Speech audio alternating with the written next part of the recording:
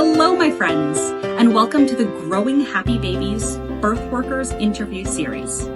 In this podcast directory, I make sure that you have the easiest possible time deciding which wonderful birth supporter is right for inviting into your family's journey.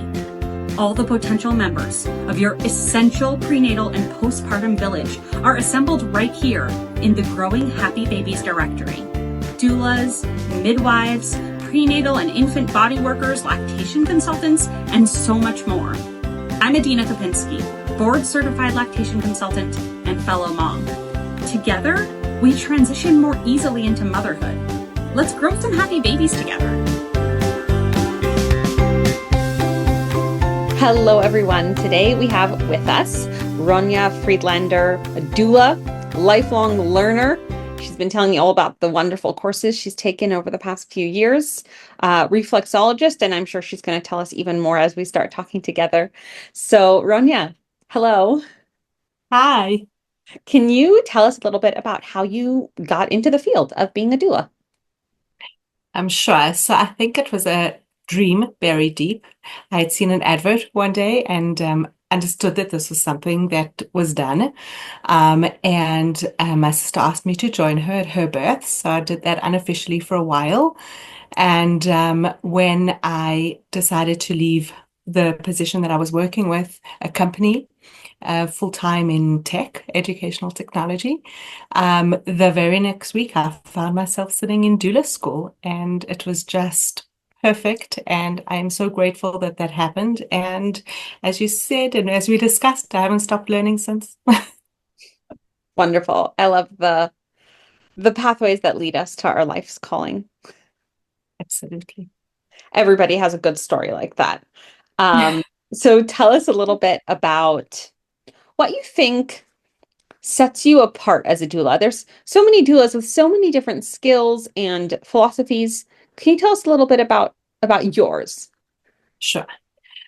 So I love this question because I feel like I don't have a good answer for it because I try very hard not to have an agenda. I try very hard to really be present and allow my couples to make the choices that are right for them in a space that is non-judgmental, giving them the tools that they need to make the choices about where to birth and how to birth and how to prepare for the birth and afterwards what's right for them postpartum. And so I really don't have an agenda other than to support my couples, my women, their families in the way that's right for them. It's not about me. It's not about where I'm comfortable. It's not about what I did. And honestly, it's a lot like education, which is the field that I come from before. There is not, to me, a one size fits all for parenting, for education, and definitely not in the birthing world.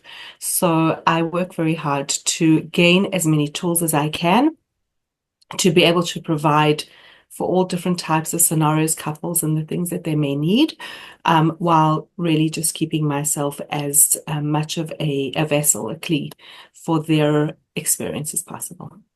Can you tell us about just a sampling of some of what those tools are? So aside from the reflexology and the spinning babies workshops, I do a lot of work helping support the transformation that is birth. And understanding how it impacts our identity as people, as daughters, as mothers, as sisters, as a wife, a spouse. And so trying to hold space for that whole transition. So those are some of the tools that I use. Also use some of them are so more emotional, some of them are more practical. I was once hired to sit outside a delivery room to support a couple, which was quite an interesting experience for me, and they were so excited. They were so happy with the care and the support. Obviously, I did go in and out, but I mean, sometimes my support is not actually even being in the room, which is quite an interesting journey to go on as well. And I keep learning. So if you ask me next year, I'll tell you some more. That's wonderful. Yeah, the best practitioners are the ones that know there's always more to learn. Yeah. Can you tell us a story? You just told us a little story, but can you tell us another story about a birth you've been at that you think would be interesting or inspirational to the people who are listening today? Sure. So, I mean, I think every birth is inspirational, so I won't tell you every single birth. And I think that a lot of times there's parts of every birth. Birth is made up of a lot of moments, and I feel like there is always a part of a birth that I find fascinating and I learn from. But the one that sticks in mind is I was at a birth. It was an induction, and we got to a point where we were kind of nobody was sure what the next step should be. There were different options on the table, and we were having a discussion with the couple around her bed. There was the doctor in the room, a midwife, the achrayet mishmer at the head of the shift, and the couple and myself. And everybody was putting in their 2 cents, and I respectfully asked if I could ask a question. And they said yes. And I said to the doctor, I work in a number of different hospitals, and from what I'm hearing in the story, I was wondering whether using this protocol that I know of elsewhere would be helpful. And she said to me, "Oh, that's interesting. Why would you think that?" So I said, because I'm a doula for one couple at a time, I was following the story. And I said, well, at this point, this happened. And at that point, that happened. And I was just wondering if we hadn't dealt with this. And she said, wow, you know what? I didn't catch that nuance over there. I like how you're thinking. I'm going to go and check with my superior. And at the same time, we turned to the midwives and we had a whole discussion about what other tools she may have. And the doctor came back and she said, we're going to do this protocol. And I said, oh, I didn't know we could do that. And she said, we can't. But from what you said, this is an idea we can try. And we did. And in the end, unfortunately, the outcome was still an unplanned cesarean. But I think everybody felt like everybody's point of view was heard.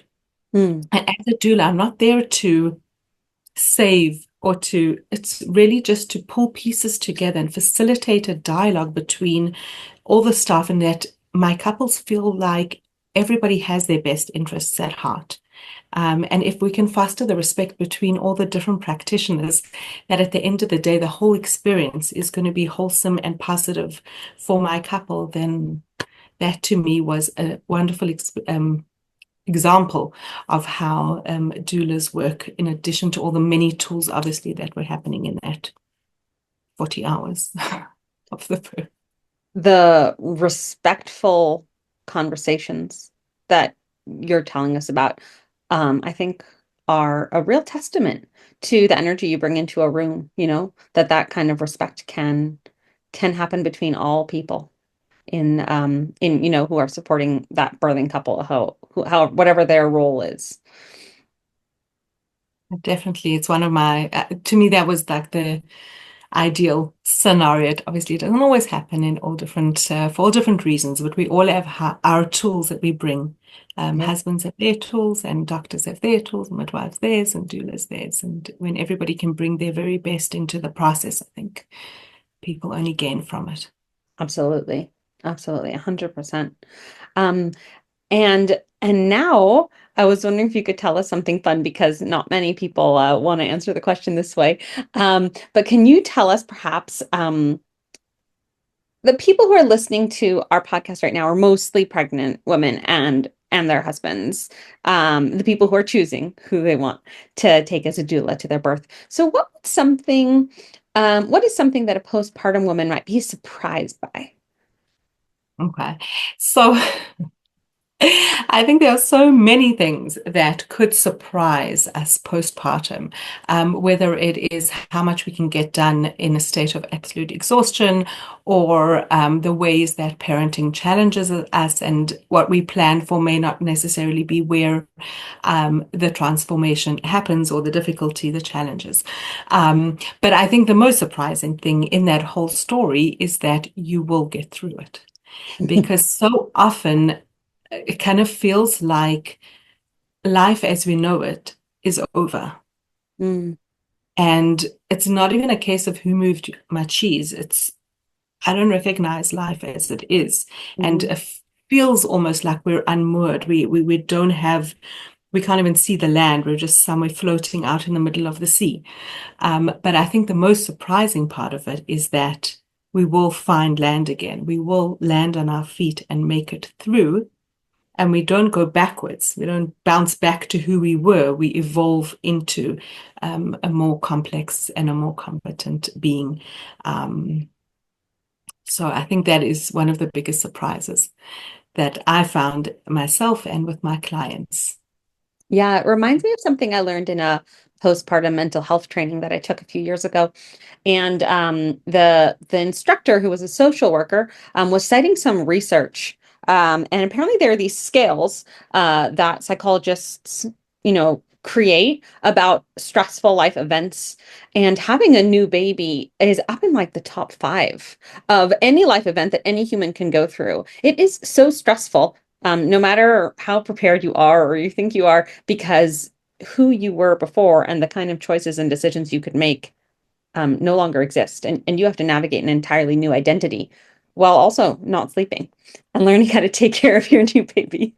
And it is a lot on mental health. It's a humongous ordeal and transition. And when you find stability after a few weeks or months, depending on your story, the stability you find is not the stability you had before. You are indeed a new person. Absolutely. Thank you, Ronya. I think that this conversation is going to be helpful to anyone listening, even if, they go off and find their own perfect match doula, which is someone else. But that's my goal with this podcast, is that I find that every conversation is worthwhile. And I hope, one day someone just listens to all of them. I would.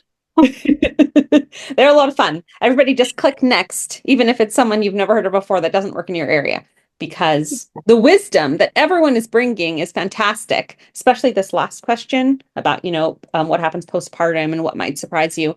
Every single person I'm interviewing is bringing another golden nugget. Yay. That's what makes it exciting and makes it so rich. Thank you, Ronya. Thank you so much. Thank you for all that you're doing.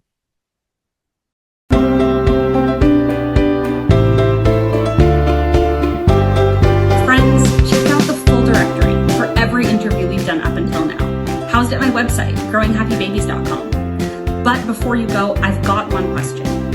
Are you the kind of person who learns better by listening or by doing? In my 2-part online prenatal breastfeeding class, The Pocket Prenatal, I blend the basics of breastfeeding with practical hands-on skills. Choose to watch the videos on your computer or phone, read through the transcripts, or pop in an earbud, take a walk, and listen to the audio-only podcast version. After you've dived into the what's and whys of breastfeeding, join part 2, our live hands-on class, where we roll up our sleeves and practice the how of breastfeeding. Experience hand expression, learn how to size yourself for better pumping, practice bottle feeding techniques that improve your baby's sucking skills, and use easy bodywork exercises to help your baby's comfort, sleep, and digestion. You're going to walk out of this class with an essential toolkit for navigating early motherhood. This is the class every baby needs their mother to take. Go to thepocketprenatal.com and use your listener code, GrowingHappyBabies, for a special 10% discount. See you there.